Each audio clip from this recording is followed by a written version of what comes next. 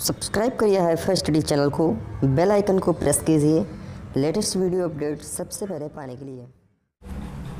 Hello friends, welcome back HiFi study changing the way of education. दोस्तों, आज की class में हम लोग अपना मॉक टेस्ट नंबर 37 डिस्कस करने वाले हैं, है ना। तो इस मॉक टेस्ट में मैंने कुल आपके 10 प्रश्न लिए हैं, जैसा कि प्रत्येक मॉक टेस्ट में मैं आपको कराता भी हूं, और लगभग सारे क्वेश्चन अब आपके बन पा रहे होंगे, ऐसा मैं उम्मीद करता हूं, है ना। तो आप वीडियो को पूरा अंत तक वॉच करना। जो क्वेश्चन नहीं लगेगा उस क्वेश्चन को आप फिर से लगाना, वो क्वेश्चन आपका लगना स्टार्ट हो जाएगा। तो आइए फिर शुरुआत करते हैं। 1 बाय 1 हम क्वेश्चनों को सॉल्व करेंगे। फर्स्ट नंबर क्वेश्चन क्या कहता है, ज़रा इसको समझो।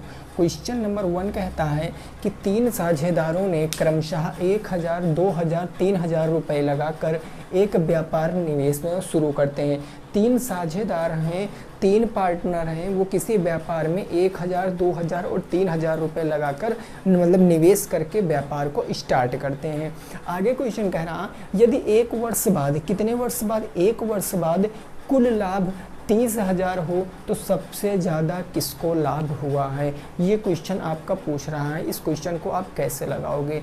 ये क्वेश्चन मैंने चैप्टर पूरा पढ़ा रखा है, तो उससे रिलेटेड ये आपका क्वेश्चन है। आप तुरंत बताओ उत्तर क्या होगा। देखो, पूरा रेशियो कंसेप्ट हम लगाएंगे, है ना। तो सबसे पहले मैं बात करता हूँ। मान लिया हमारे पास जो 3 बंदे थे, वो एक ए था, एक बी था, एक सी था। ये 3 लोग थे। इन्होंने क्रमशः कितने कितने रुपए लगाए, 1000, 2000, 3000। मतलब ए ने लगाए 1000, बी ने लगाए रुपए 2000 और सी ने लगाए रुपए 3000। अब ये क्या है, ये इनका इन्वेस्टमेंट है, इनका निवेश है। निवेश मतलब इसको हम इन्वेस्टमेंट बोलते हैं। इन्वेस्टमेंट, अगर ये मेरे भाई इन्वेस्टमेंट है तो हमें ज़रा इन्वेस्टमेंट का रेशियो बता दो, अनुपात बता दो हमें निवेश का। तो अनुपात क्या होता, सबसे सरलतम रूप होता, जो कट रहा है उसको काट दो। 3 0 से 3 0, ये 3 0 कट गए, तो ये आया 1:2:3। ये क्या आ गया, इन्वेस्टमेंट का रेशियो आ गया।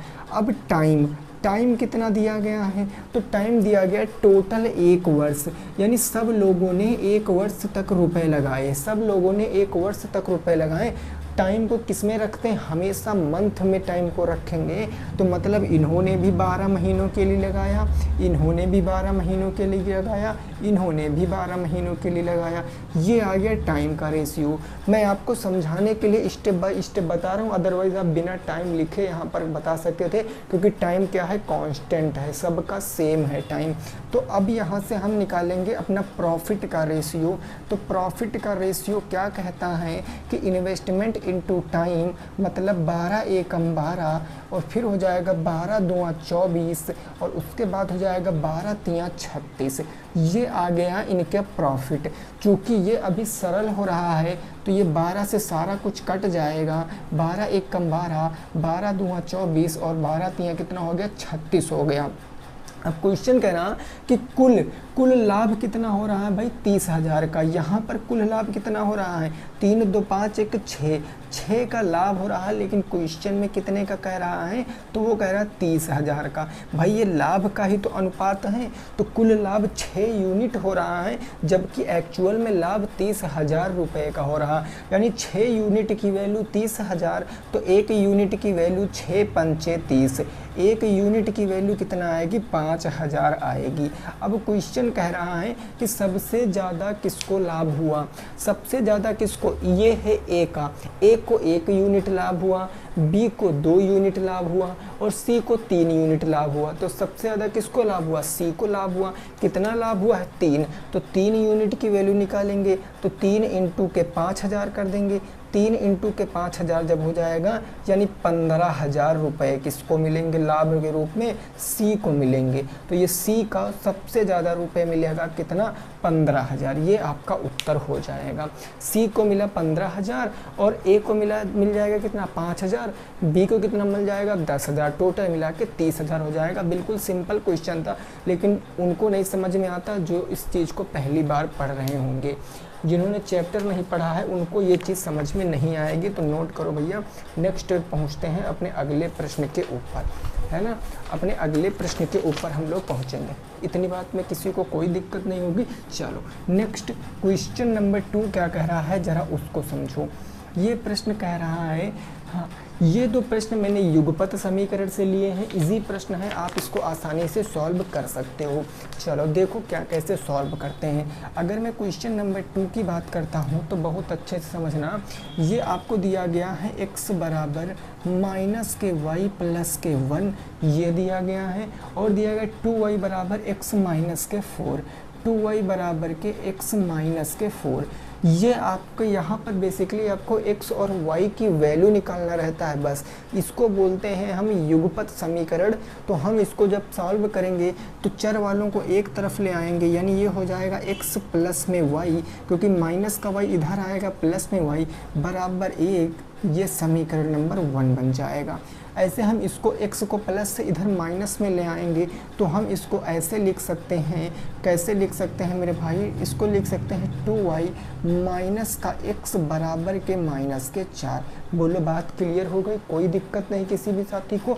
अब आप देखो, अब आप इसको जोड़ लो, क्योंकि x और x के गुणांक क्या है, बराबर हैं। तो इन दोनों को जब आप जोड़ोगे, ये समीकरण नंबर 2 है, इनको जोड़ोगे तो ये x से ये x खत्म हो जाएगा, 2y और 1y मिलकर 3y बन जाएगा। यहाँ -4 हो जाएगा और यहाँ 1 है, 4 में से 1 चला जाएगा तो माइनस के 3 बच जाएगा। यानी y बराबर कितना आएगा, माइनस के 3 बटे में 3, y बराबर कितना आ जाएगा, माइनस के 1 आ जाएगा। अब आपको y की वैल्यू पता चल गई है, आपको x का मान भी पता करना है, तो किसी भी समीकरण में रख दो मेरे भाई तो पता चल जाएगा इजीली। कैसे पता चलेगा, यहाँ y का मान समीकरण 1 में रख दो, तो एक लाइन आप यहाँ मेंशन कर लो कि समीकरण 1 में रखने पर, या आप लिख सकते हो प्रतिस्थापित करने पर। समीकरण 1 आपके पास का था x प्लस में y बराबर में 1, y बराबर कितना रखोगे, माइनस के 1, तो ये हो जाएगा x माइनस के 1 बराबर के 1। x बराबर कितना आएगा, माइनस के 1, उधर जाएगा प्लस के 1, तो x बराबर 2 आ जाएगा। x बराबर 2 आ गया और y बराबर माइनस के 1, यही आपका उत्तर है। बिल्कुल सिंपल सा प्रश्न था, उम्मीद करते हैं ये चीज़ें आप समझ पाए होंगे, है ना। नोट करो, नेक्स्ट पे पहुँचते हैं अपने अगले प्रश्न पे। इसको भाई जल्दी से सभी साथी नोट कर लें, फिर हम अपने अगले प्रश्न पे पहुँचते हैं। अगला प्रश्न देखते हैं क्या कह रहा और उसको भी हम समझते हैं। ओके चलो, अब क्वेश्चन नंबर 3 भी बिल्कुल भी ऐसा प्रश्न है, बिल्कुल मतलब कुछ करना नहीं है, बस इसमें थोड़ा सा पॉइंट का खेल दे दिया गया, बाकी कोई आपको ऐसी चीज़ नहीं दी गई कि आप उसको नहीं लगा सकते हो। 1.5x plus k 2.5y is equal to 21, 4x plus k y is equal to 22। तो आपसे x y का मान निकालने को कहेगा इस प्रश्न में, तो हम इसको जल्दी से सॉल्व करेंगे। देखो स्टेप बाय स्टेप समझते रहना मेरे भाई, कोई दिक्कत नहीं है। 1.5x यानी ये हो जाएगा 1.5x प्लस में क्या दिया गया मेरे को, 2.5y, 2.5y, और ये बराबर किसके दिया गया है, तो ये 21 के बराबर दिया। इसको हम समीकरण नंबर 1 मान लेते हैं, ठीक है सर। दूसरा हमें दिया गया 4x प्लस के y, ये हमें दिया है 4x प्लस में y बराबर के कितना दिया गया है, तो वो बराबर में दिया कि आपको 22। इसको समीकरण हम 2 मान लेते हैं। अब आप ज़रा एक बात सोचो, यहाँ जब तक किसी एक चर के गुणांक बराबर नहीं होंगे तब तक ना तो समीकरण को हम जोड़ सकते हैं, ना तो समीकरण को हम घटा सकते हैं। किसी एक चर के गुणांक बराबर होने चाहिए। अगर मैं नज़र डालूँ यहाँ पर x के, तो x के भी गुणांक बराबर नहीं है ना। अगर मैं y पे डालूँ तो y के भी गुणांक बराबर नहीं, तो हम जिसका एक का गुणांक बराबर कर लेते हैं। हम भाई x को बराबर करने जाएंगे तो ज़्यादा झमेला हो जाएगा, तो हम y का बराबर करेंगे। दूसरे में कितने से गुणा कर दें कि 2.5y आना चाहिए, तो आप कहोगे सर 2.5 से गुणा करा दो। तो मैं लिखता हूँ समीकरण 2 में 2.5 से गुणा कराने पर, 2.5 से क्या कराने पर, गुणा कराने पर। अगर मैं इससे गुणा करा दूंगा तो हमें पता है कि y बराबर हो जाएगा 2.5, और ये सारा गुना होगा। तो पहले हम समीकरण 1 को लिख लेते हैं 1.5y प्लस के 2.5 यहाँ सॉरी x है 1.5x प्लस में 2.55 इज इक्वल टू 21। अब हम इसमें गुना कराएंगे। अगर हम 4 का गुना 2.5 से कराएंगे तो 4 दूनी 8 और आधा 10, यानी ये क्या आ जाएगा 10x आ जाएगा, प्लस 2.5 का गुणा y में कराएंगे तो 2.5y आ जाएगा, बराबर 22 का गुणा अगर 2.5 से कराएंगे, नहीं पता है तो करके देख सकते हो। 22 का गुणा आप 2.5 लिखा ना, 2.5 का मतलब 5/2, 2 से काटोगे 11 पंचे 55, या कितना आ जाएगा भाई 55 आ जाएगा। बात समझ गए हो ना। अब आप क्या करिए यहाँ पर सॉल्व कर लीजिए, घटा लीजिए, ये माइनस ये माइनस ये माइनस, सारे चिन्ह बदल गए, ये ख़त्म। अगर 10 से 1.5x चला जाएगा तो 0.5 टू 8.5, माइनस के 8.5x बच गया, और यहाँ किसके बराबर 5 से 1 जाएगा 4, 5 से 2 जाएगा तो 3, भाई 34 के बराबर। और माइनस में ये माइनस से माइनस क्या हो गया, कैंसिल हो गया। तो अगर मैं x की वैल्यू निकालूंगा तो x बराबर 34 बटे क्या आ जाएगा 8.5 आ जाएगा, दशमलव हटा 0 बढ़ा, 8 चौके 32 और 5 चौके 20, ये डायरेक्ट कितनी बार चला जाएगा 4 बार, यानी x बराबर कितना आ गया 4 आ गया। अगर x बराबर 4 आ गया तो y का मान हम समीकरण किसी में भी रख के प्राप्त कर सकते हैं, जिसमें आपको आसान लगे। हम समीकरण 1 में रख लेते हैं, तो हम यहाँ पर लिख लेते हैं, सॉरी समीकरण 2 में रख लेते हैं। समीकरण 2 में रखने पर अगर हम समीकरण 2 में रख देंगे तो समीकरण 2 हमारे पास क्या था, ये था 4x प्लस में y बराबर के क्या था 22 था।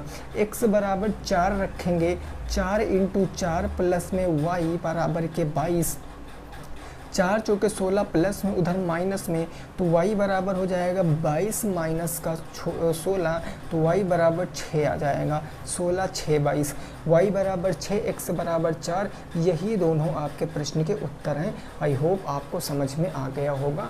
नोट कर लो फिर हम आगे पहुंचते हैं, नोट कर लो फिर आगे पहुंचते हैं। बोलो इतनी बात में किसी भी साथी को क्या कोई दिक्कत परेशानी है? नहीं है ना, समझ गए हो चीज़ों को, कोई प्रॉब्लम नहीं है ना। ऐसे आपको सॉल्व करना है। आप यहाँ पर प्रतिस्थापन विधि भी लगा सकते थे, बट प्रतिस्थापन विधि डजंट मैटर। जब क्वेश्चन में कहेगा कि प्रॉपर आपको प्रतिस्थापन विधि ही लगाना है तभी हम उसका प्रयोग करेंगे, बाकी हम चीज़ों को इजीली सॉल्व करने की कोशिश करते हैं, है ना। चलो क्वेश्चन नंबर 3 हो चुका, 4 देखते हैं। 88 सेंटीमीटर लंबे और 24 सेंटीमीटर चौड़े आयत को L मैंने लिखा है शॉर्ट फॉर्म लंबाई की, मैंने केवल प्रतीक से प्रदर्शित किया है, मतलब L का मतलब लेंथ यानी कि लंबाई। लंबाई में मोड़कर बनाए गए बेलन का आयतन और संपूर्ण पृष्ठ आपको बताना। देखो मेरे भाई, अगर मैं बात करता हूँ सबसे पहले चीज़ों को समझना।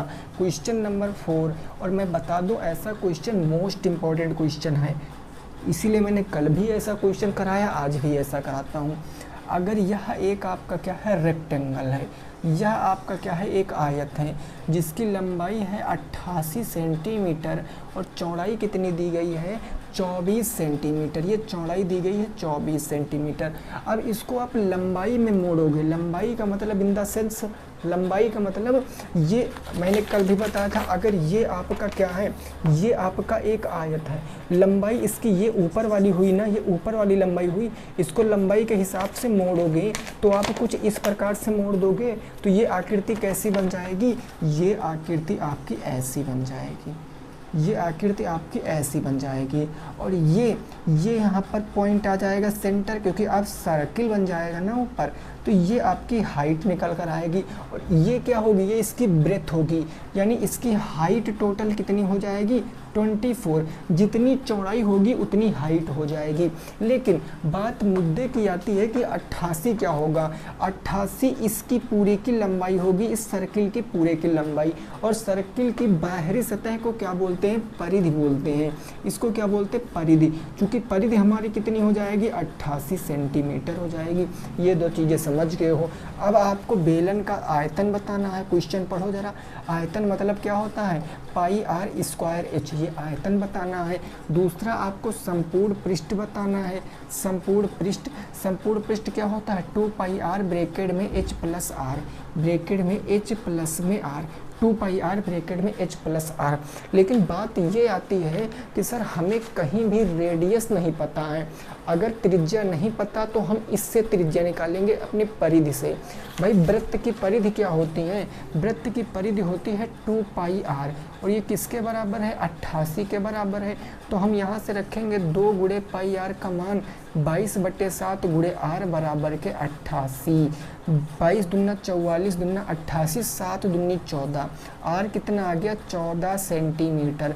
अगर आर 14 सेंटीमीटर आ गया है तो अब आयतन निकाल लेते हैं भाई। वॉल्यूम क्या हो जाएगा, पाई आर स्क्वायर एच यानी 22/7 गुणे आर स्क्वायर यानी 14 इंटू के 14, और h कितना है, h है आपका 24, तो ये हो जाएगा 24। 7 दूनी 14, ये आप गुणा करा लो, 14 दूना 28, ये आ जाएगा भैया 22 इंटू 28 इंटू के 24। जब इसका आप गुना करा लोगे तब आपका वॉल्यूम निकल कर आ जाएगा। जब इसका गुना करा लोगे तो वॉल्यूम निकल कर आ जाएगा। आर चूँकि 32 दूना 64 यूनिट डिजिट 4 आएगा, जो भी होगा, है ना। अब आपको संपूर्ण पृष्ठ भी बताना है, टोटल सरफेस एरिया भी बताना है, वो होता है 2 पाई आर एच प्लस आर, यानी ये हो जाएगा 2 पाई आर की वैल्यू होती है 22/7, आर की वैल्यू 14, ब्रैकेट में एच प्लस आर 24 प्लस के 14, तो ये हो जाएगा 24 और प्लस में क्या हो जाएगा 14। 7 दूनी 14, 22 दूना 44 दूना 88 आ गया आपका बाहर, इंटू 24 चाहिए 4 4 8 और 2 1 3 38, 88 इंटू 38 कर लोगे तो आपका क्या निकल कर आएगा, आपका निकल कर आएगा संपूर्ण पृष्ठ का क्षेत्रफल। तो ये 2 आपके उत्तर हो जाएंगे, ये 2 आपके उत्तर हो जाएंगे। एक बार आप मल्टीप्लाई करा लेना। मेन चीज़ आपको समझनी क्या है इस प्रश्न में, आपको मेन चीज़ समझनी है कि ये जब आयत को हम मोड़ देंगे, अगर मैं लंबाई के हिसाब से मोड़ रहा हूँ तो जो चौड़ाई होगी ना वो ऊंचाई बन जाएगी। अगर मैं ऊंचाई के हिसाब से मोड़ रहा हूँ तो जो लंबाई होगी ना वो ऊंचाई बन जाएगी, जस्ट अपोजिट। क्योंकि क्वेश्चन में क्या कहा गया है कि आयत को लंबाई में मोड़कर, अगर मैंने लंबाई में मोड़ा तो ऊंचाई हमारी क्या बनी, चौड़ाई बनी। अगर मैं चौड़ाई में मोड़ता तो हमारी ऊंचाई क्या बनती, लंबाई बनती। बस इतनी सी बात। जो बचा वो आपकी परिधि से मैंने आर की वैल्यू निकाला, आयतन संपूर्ण पृष्ठ मैंने फाइंड आउट कर लिया। चीज़ें बिल्कुल क्लियर है, सिंपल सा प्रश्न था। उम्मीद करते हैं आप समझ पाए होंगे। चलो नेक्स्ट पहुंचते हैं क्वेश्चन नंबर 5 पर। इसका मल्टीप्लाई आप करा लेना, ठीक है ना मेरे भाई, मल्टीप्लाई आप करा लेना। ओके, समझ गए हो। नेक्स्ट क्वेश्चन नंबर बात करते हैं 5 की। वो क्या कह रहा है जरा उसको समझिए। क्वेश्चन नंबर 5, क्वेश्चन नंबर 5 भी आपका इजी प्रश्न है, कुछ नहीं बस कैलकुलेशन है बस, ठीक है ना। ये कह रहा है कि 10,000 रुपये का 20% वार्षिक दर से 2 वर्ष के कंपाउंड इंटरेस्ट और सिंपल इंटरेस्ट में अंतर बताओ। अंतर का मैंने डायरेक्ट भी फार्मूला बता रखा, वो भी लगा सकते हो या आप ऐसे लगाओ। क्वेश्चन नंबर 5 भाई, प्रिंसिपल हमारा कितना दिया गया 10,000, हमने लिख लिया 10,000। रेट ऑफ इंटरेस्ट कितनी है 20%, एंड टाइम कितना है मेरे भाई, टाइम कितना है 2 ईयर्स है, 2 ईयर्स है टाइम। अब हमको अगर यहाँ पर 2 साल का सिंपल इंटरेस्ट चाहिए, हम पहले निकालता हूँ 2 साल का साधारण ब्याज। तो 2 साल का साधारण ब्याज मूलधन गुणे दर गुणे समय डिवाइडेड बाई 100। प्रिंसिपल कितना है भाई 10,000 है, रेट है 20%, टाइम है 2 वर्ष डिवाइडेड बाई 100। इतनी बात समझे कि नहीं समझे भाई। मूलधन दर समय बटे 100, 2 जीरो से 2 जीरो काम खत्म हो गए सर ना। अब यहाँ पर देखो 20 इंटू 100, ये कितना हो गया 2,000, 2,000 गुणे 2 4,000, ये 4,000 क्या निकल कर आया, 2 साल का ब्याज निकल कर आया 4,000। अब हम 2 साल का चक्रवृद्धि ब्याज भी निकालेंगे।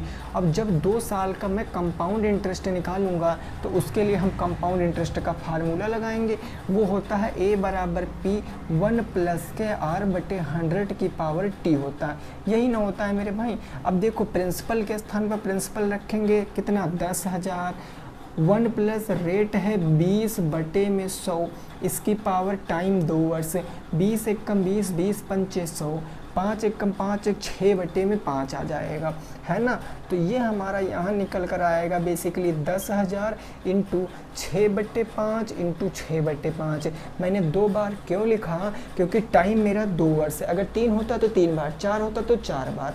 तो अब देखो यहाँ पर 5 पंजे 25 चौके 100, ये आ गया पूरा 400, 6 चाह के 36, 400 इंटू के 36 करेंगे तो आपको पता है डबल जीरो पीछे से आ जाएंगे। 4 छंग 24 के 4 हासिल आ गया 2, 4 तिया 12, 13, 14, ये कितना आ गया 14,400। और ये निकल कर के आया है अमाउंट।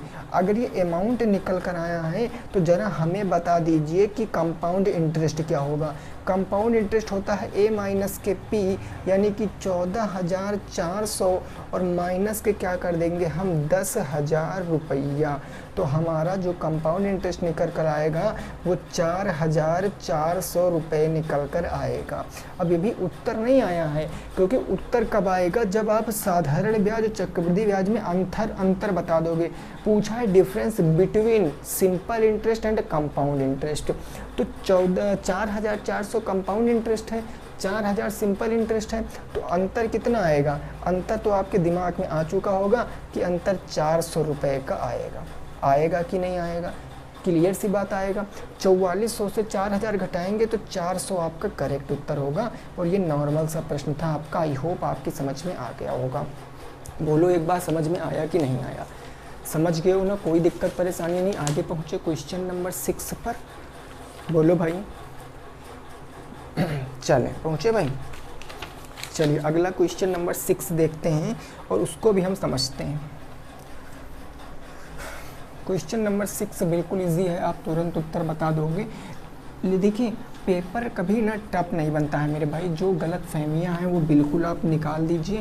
पेपर कभी भी टफ नहीं बनता है, बस पेपर उन्हीं का अच्छा हो पाता है ना जो लगातार प्रैक्टिस करते रहते हैं। आप भी करते रहिए, एक दिन कम आंसर आएंगे, एक दिन ज़्यादा आएंगे, ऐसा जीवन में उतार चढ़ाव लगा रहेगा, लेकिन उनसे आपको डरना नहीं है, आपको निरंतर लगे रहना है ना।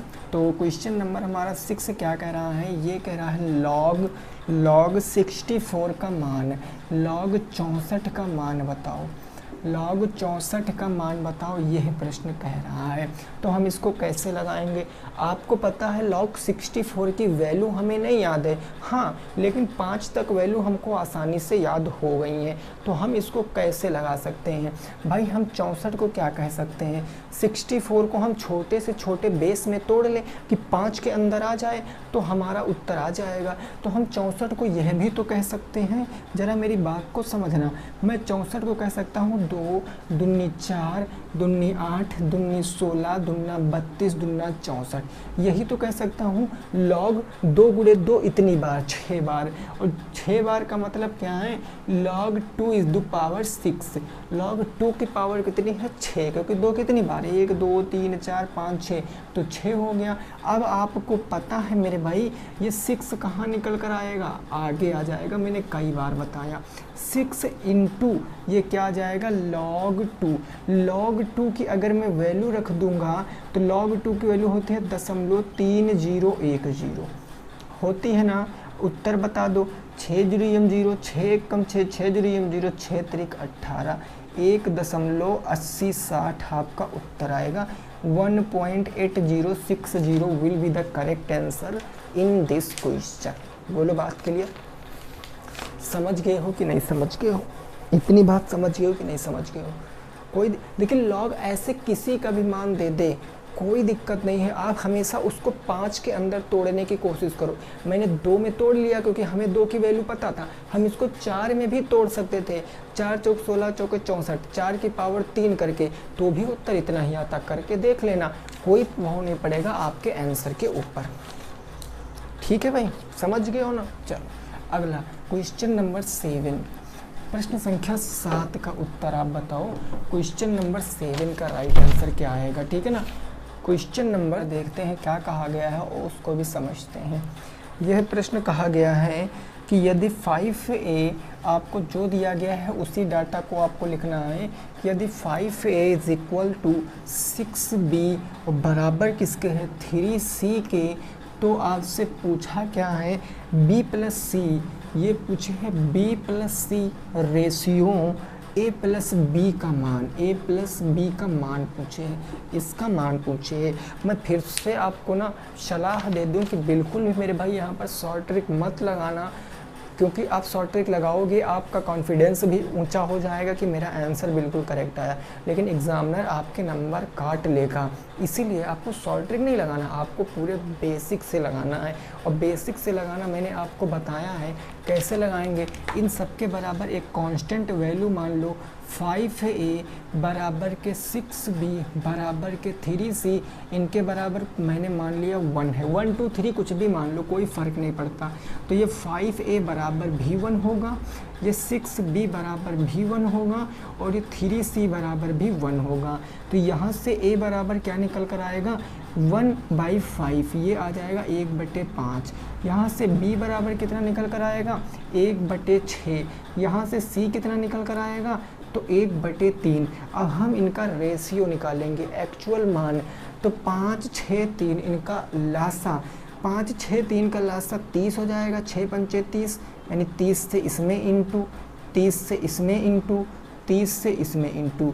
तो 5 6 का 30 और 6 एकम 6, ए का मान 6 आ गया, 6 पंचे 30 और 5 एकम 5, बी का मान 5 आ गया, 3 दहम 30, 10 एकम 10 आ गया।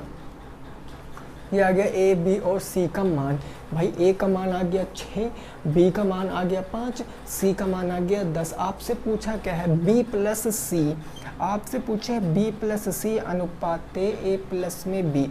बी कितना है 5 और सी कितना है 10, तो यहाँ हो जाएगा 15। समझ रहे हो ना, ए प्लस बी, ए कितना आया है 6 और ये 5, 6 5 11। ये आपका उत्तर है, जिनका भी ये आ रहा था बिल्कुल करेक्ट है, 15:11। ये कट नहीं रहा, कटता तो हम इसको और भी काट देते आगे। ओके, डन हो गया, समझ के हो ना, आगे पहुँचे मेरे भाई।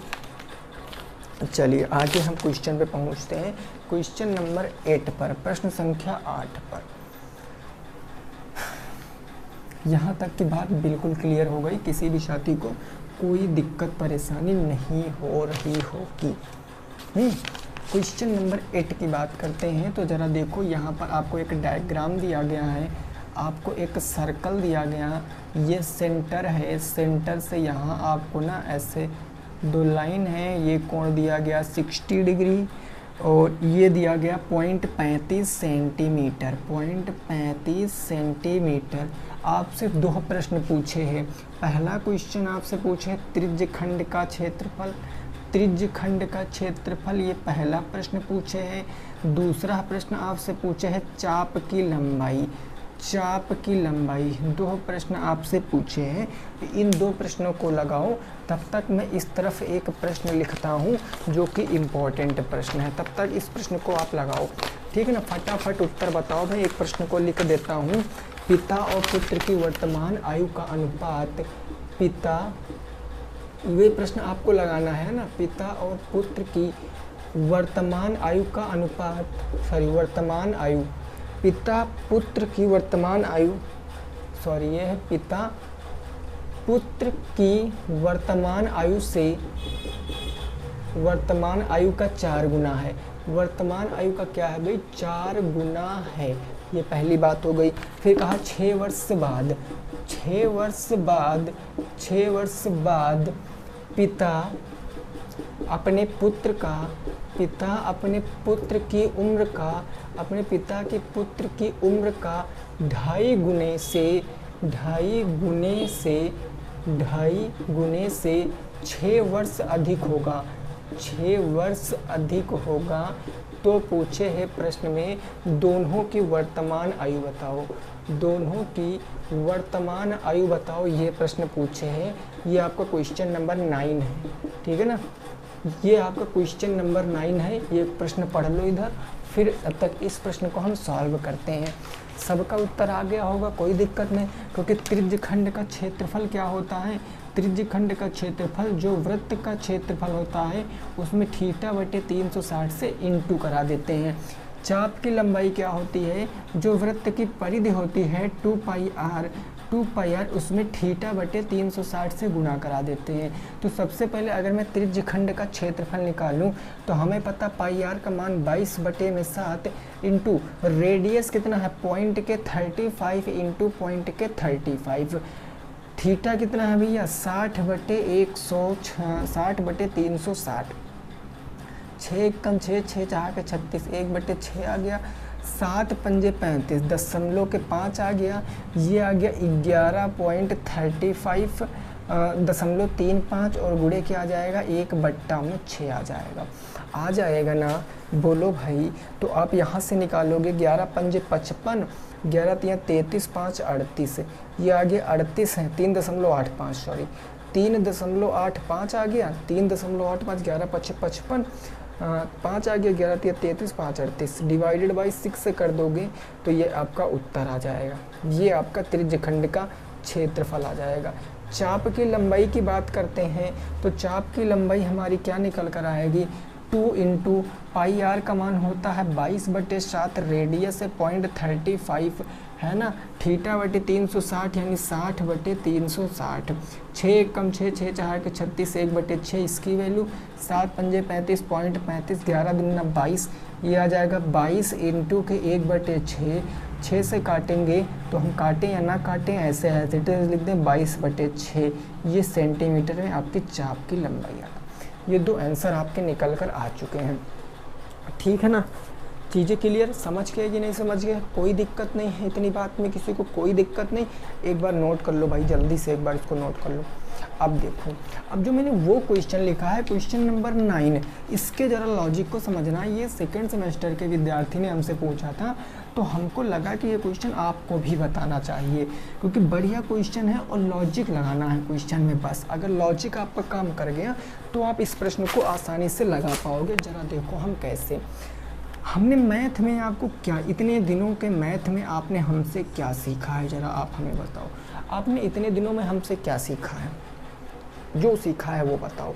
आपने इतना ज़रूर मैथ में हमसे सीखा है कि सर जिस विषय में हमको कुछ नहीं पता होता है, हमको जिस गणित की जिस भी शाखा के बारे में या जिस भी पर्टिकुलर पर्सन के बारे में हमें कुछ नहीं पता होता है, उसको हमेशा हम एक्स मानते हैं। हमेशा कितना मानते हैं मेरे भाई, एक्स मानते हैं। अब इस क्वेश्चन पे आते हैं। क्वेश्चन कह रहा पिता और पुत्र की पिता पुत्र की उम्र का 4 गुना है, पिता पुत्र की उम्र वर्तमान आयु का 4 गुना है, यानी पिता 4 गुना है वर्तमान आयु के, किसके, पुत्र के। तो पुत्र की उम्र तो हमें नहीं पता है, तो पुत्र की उम्र को हम मान लेते हैं। मैंने माना कि यहाँ पुत्र क्या है, x वर्ष हैं। भाई हमने पुत्र को x वर्ष मान लिया। अगर पुत्र x वर्ष हैं तो पिता क्या 4x वर्ष होंगे? बोलो सहमत हो हमारी बात से? क्योंकि पुत्र के जितने भी एज होगी उनके 4 गुना पिता की आयु हो जाएगी, 4x हो जाएगी। ठीक है सर। अब 6 वर्ष बाद, बाद का मतलब प्लस होता है, मैंने आपको बताया है। यानी 6 वर्ष अगर आप बड़े होंगे तो 6 वर्ष आपके पिताजी भी बड़े होंगे, 6 वर्ष आपका भाई भी बड़ा होगा। यानी दुनिया की ऐसी सारी चीज़ें जो आपके साथ साथ चल रही हैं, जो आपके यानी कि जो भी ऐसा कुछ रिलेशन है, अगर मैं एक कदम बढ़ाऊं तो वह भी एक कदम बढ़ाएं, अगर मैं 1 साल बढ़ूं तो वो भी 1 साल बढ़ें, अगर मैं एक क्वेश्चन कराऊं तो आप भी एक क्वेश्चन करो। तो इस तरह आपको चीज़ें समझना है। अगर 6 साल आप बड़े होंगे तो 6 साल पिता भी बड़े होंगे। तो हम यहाँ पर लिखें अगर आफ्टर 6 ईयर, आफ्टर 6 ईयर यानी 6 साल बाद अगर मैं पुत्र की उम्र पूछूं तो पुत्र की उम्र कितनी होगी, x प्लस में 6 होगी। और मैं अगर पिता की पूछूं तो पिता की कितनी होगी, 4x प्लस में 6 होगी। इतनी बात बिल्कुल क्लियर। अब मैं अगर प्रश्न के अनुसार लगाता हूं तो कह रहा है x प्लस में 6 और यहाँ मैं लिखता हूँ 4x प्लस 6। क्वेश्चन पढ़ो, कह रहा है कि 6 वर्ष बाद पिता अपने पुत्र की 2.5 गुना, पुत्र की 2.5 गुना, पुत्र की उम्र ये है ना, तो पुत्र की उम्र का 2.5 गुना मतलब 2.5 कितने वर्ष ज़्यादा होगा, तो 6 वर्ष ज़्यादा होगा। मतलब ये 6 वर्ष ज़्यादा है तो हम 6 वर्ष ज़्यादा इनको भी कर देंगे, तभी ना इक्वल होगा। हमको बराबर दिखाना। अगर ये 6 वर्ष ज़्यादा है तो 6 वर्ष पुत्र को भी ज़्यादा कर दें, बराबर कर लेंगे। तो इसको सॉल्व करेंगे, ये निकल कर आएगा 2.5x 6 दूनी 12 का आधा 3 15 और प्लस में 6 बराबर के 4x प्लस में 6। तो बेसिकली ये हमारा निकल कर आएगा 2.5x प्लस के 15 6 21 बराबर के 4x प्लस में 6। 4x इधर लाएंगे, 21 उधर चला जाएगा। 2.5x माइनस के 4x बराबर का 21 सॉरी 6 और माइनस के क्या आ जाएगा 21 आ जाएगा। यहाँ कितना बच जाएगा 1.5x माइनस में और बराबर यहाँ 15 6 21 माइनस के 15 माइनस से माइनस ख़त्म x बराबर 15 बटे 1.5 दशमलव हटा 0 सटा तो 15 दहमा 150 यानी x वैल्यू कितना आ गया 10 आ गया। और x क्या माना था आपने पुत्र को, तो पुत्र कितने वर्ष के हैं 10 वर्ष के हैं और आपसे दोनों की वर्तमान वही पूछा, वर्तमान इनकी क्या हो जाएगी 10 इंटू के 4 बराबर के 40 वर्ष आएगी, ये आपका उत्तर आएगा। तो चीज़ें समझ में आई हैं कि नहीं आई हैं, उम्मीद करते हैं आपको ये सारी चीज़ें समझ में आई होंगी, ऐसा मैं उम्मीद करता हूँ, ऐसा मैं उम्मीद करता हूँ। ठीक है ना, ये बात समझ गए हो कि नहीं समझ गए हो? अगर समझ गए हो तो चलिए फिर लास्ट क्वेश्चन देख लेते हैं आज की क्लास का, है ना। आज की क्लास का हम लास्ट क्वेश्चन देख लेते हैं।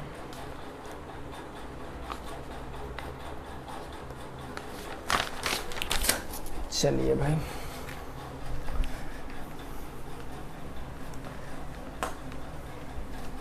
देखो कोई दिक्कत नहीं है, सभी आसान प्रश्न होते हैं, बस आपको चीज़ों को अच्छे से समझना है, बाकी कोई दिक्कत वाली बात नहीं है यहाँ पर। अगर मैं इस क्वेश्चन को समझूंगा, क्वेश्चन नंबर 10 को, तो आपको इसमें एक रेक्टेंगल दिया गया, एक आयत दिया गया जिसका नाम है ए बी सी और डी। यहाँ पर ऐसे ए डी को बी डी को मिलाया गया, इसकी लंबाई दी गई है 10 सेंटीमीटर, इसकी लंबाई दी गई है 8 सेंटीमीटर। तो प्रश्न है ए बी सी डी का क्षेत्रफल बताओ, ए बी सी डी का क्षेत्रफल बताओ। ये क्वेश्चन आपका होमवर्क है। कल के क्वेश्चन का आंसर मैं बता दूं, कल के क्वेश्चन का आंसर क्या है, जो आपको मैंने समद्विबाहु त्रिभुज दिया गया था, यहाँ पर मैंने 4 दिया था, यहाँ 4 दिया था, यहाँ मैंने 3 दिया था। मैंने आपसे परिमाप पूछा था, परिमाप, तो इसका उत्तर क्या है पता है, इसका उत्तर है a प्लस में 2b, a प्लस में 2b। ये परिमाप होता है समद्विबाहु त्रिभुज का। a का मतलब जो अकेली साइड है ये 3 हो जाएगा, प्लस 2 का मतलब जो साइड है इक्वल है, तो 2 इंटू के 4 हो जाएगा, यानी हो जाएगा 3 प्लस 4 दूनी 8, 8 3 क्या आ जाएगा 11 सेंटीमीटर। कल वाले प्रश्न का उत्तर होगा, कल वाले प्रश्न का उत्तर 11 सेंटीमीटर होगा। और आज वाले प्रश्न का ये जो जवाब है ना, इसका जवाब आपको कमेंट बॉक्स में बताना है। किसमें बताना सर? कमेंट बॉक्स में बताना है। बोलो बात क्लियर, समझ गए हो कि नहीं समझ गए हो? ठीक है, तो आज की क्लास को हम यहीं पर रोकेंगे। ऐसी कोई चीज़ जो आपकी समझ में ना आई हो तो आप कमेंट करके पूछ सकते हो। बाकी मिलेंगे मेरे दोस्त कल की क्लास में। जय हिंद, जय भारत और वंदे मातरम।